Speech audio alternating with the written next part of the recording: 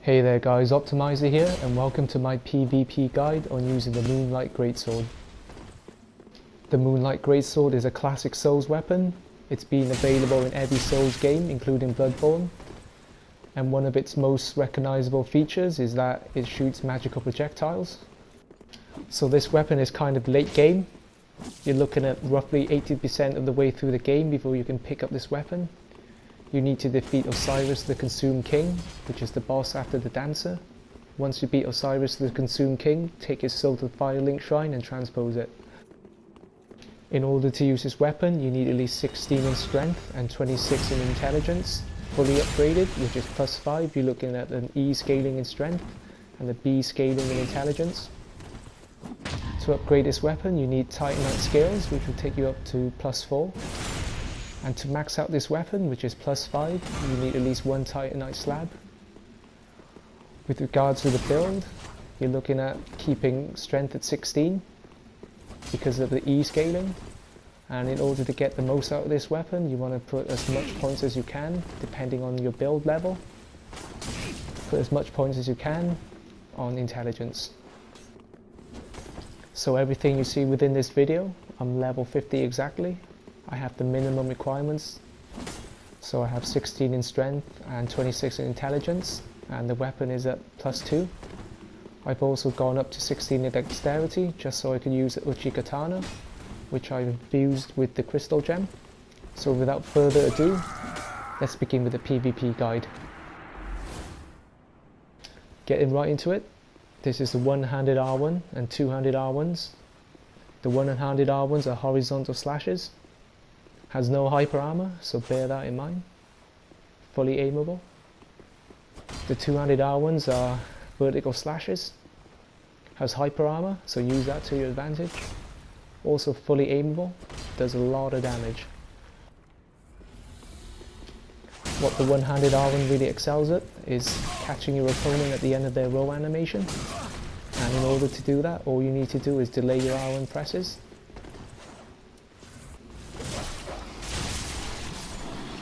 Here, the two-handed R1s does a lot of damage. My other favourite use for the one-handed R1 is baiting in my opponent, just like this. Throw out two one-handed R1s, let them block it, watch their approach. If they swing for you, hit up the parry. This clip here is just a demonstration of the range and hyper armor that the two-handed R1 offers, so use that to your advantage. If your opponent wants to trade, assuming they're not using an ultra weapon, then feel free to trade with them, because 9 times out of 10 you're going to come out on top, particularly against straight swords and katanas and axes. Next, let's take a look at the two-handed R2s. Has quite a long startup speed, but the hyper armor kicks in fairly early into the animation, so don't worry. What this move really excels at is as a follow-up to the R1 combos, just like that. I find that it works really well in confined spaces because it's really hard to roll out of the horizontal slashes, and because it has hyper armor, which kicks in fairly early within the animation, if they retaliate with a counter attack, you're going to just poise through it. So yeah, it's kind of perfect for that. Now we're looking at the charged one-handed and two-handed R2s. Note that the one-handed projectiles come out slower than the two-handed R2s.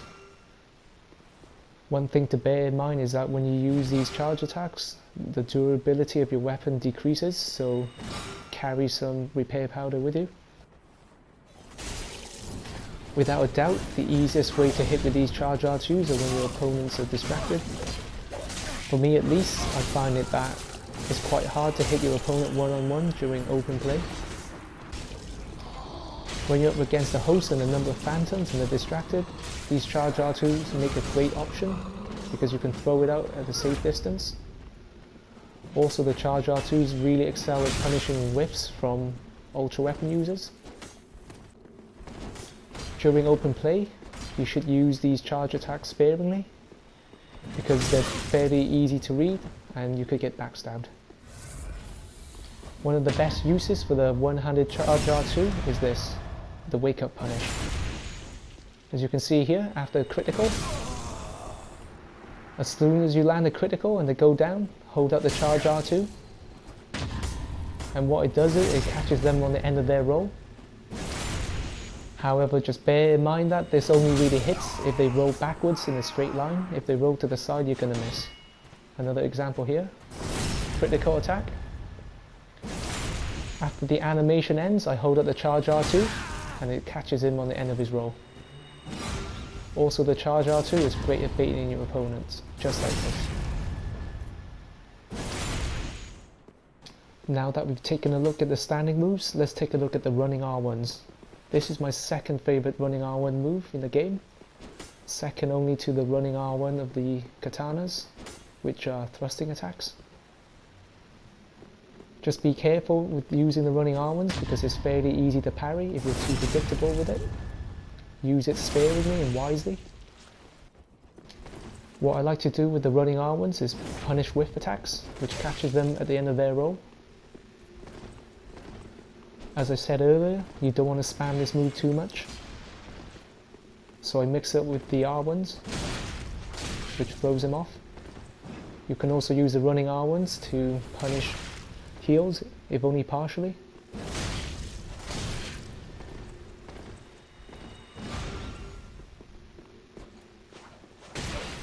The running R1s also excel at finishing off your opponents, just like this. So here you're looking at the rolling one-handed and two-handed R1s. Whether you're in one-handed or two-handed modes, they're overhead smashes, fairly easy to parry, so pick your moments. What I like to do with this move is punish R1 spammers, just like this, roll away, counter attack. Another example, roll away after 2 hits, and then counter attack. What I find with R1 spammers is that after they've spammed their R1s, they're going to be short on stamina, and if they block, they're open to a critical. Now we're looking at the charge rolling R2s, which shoots out projectiles, whether you're in one-handed or two-handed mode. The projectiles decreases weapon durability and doesn't use FP points. This move really excels at punishing whiffs from distance and catches your opponents on the end of their roll if they roll backwards, whether you're in one-hand or two-handed mode. And as you can see in this clip here, these charge attacks really increases your offensive range. What we're looking at now is a two-handed L2, which is basically the battle art for this weapon. Uses FP rather than durability. During open play, this move really excels against offensive opponents. Pick your moments because you're primed for a backstab if you miss. Another example, I know he wants to R1, so I roll away and immediately hit L2. It does a lot of damage, as you can see. In this clip here, I have the obscuring ring on, so this move also excels at surprising your opponent. And as I said earlier, the one-handed charge R2 really excels as a wake-up punish. So far we've looked at the moves in isolation, so this clip here is just kind of putting it all together. Here I'm up against a straight sword user with a shield. I punish his R1 spamming with a rolling one-handed R1. I note his parry whiff. I land two-handed R1 combos and then immediately change to one-handed mode just to change the timing of my attacks in case he tries to parry. Note that I've already hit him with one hand and two-handed R1s, so in this next attack I decide to do a delayed R2, which follows up into an overhead R1, a nice combo.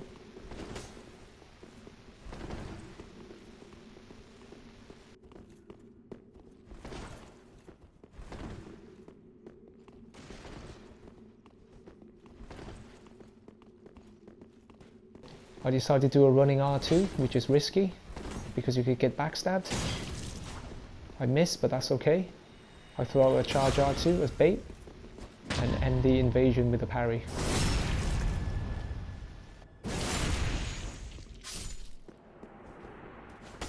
This is the final invasion clip, and as you can see I'm up against a buff katana user. I punish his R1 spamming with a parry. I decide on this instance not to do a charge R2 wake up punish and instead go for the Uchi Katana pokes. He ends up healing anyway. I partially punish his heal with a running R1 from the Uchi Katana. I decide to switch to the Moonlight Greatsword to change the timings of my attacks.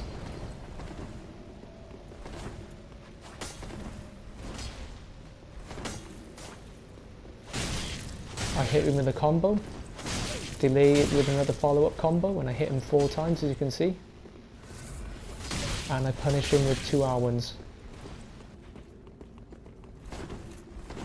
As I said earlier, the rolling charge R2 greatly increases your offensive range. At this point I decided I want to try and parry his running R1s.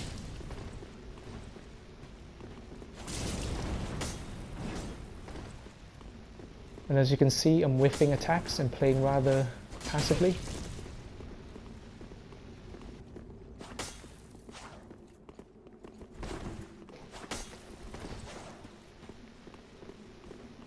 I punish his whiff with a running R1. I correctly read his running R1 attack, but got a partial parry. At this point, I decide to throw out my own bait. I whiff a two-handed R1, switch to one-handed mode, but conceal it with a running animation. I watch his approach and end the match with a parry. So this is the end of the PvP guide for this weapon, guys. Thank you very much if you made it this far. And hopefully I've demonstrated to you guys that the Moonlight Greatsword is just an amazing weapon, an amazing greatsword to use. Definitely my favourite greatsword in the game so far. The only real weakness I can think of with this weapon, and this is nitpicking, is that it doesn't really have a thrusting attack apart from the battle art. And also people want to try and parry you when you're using this weapon, without a doubt. So your mind game would have to be strong with this weapon. So this is the end of the video. Please consider hitting the like button and subscribing to my channel if you haven't done so. And until the next time, see ya!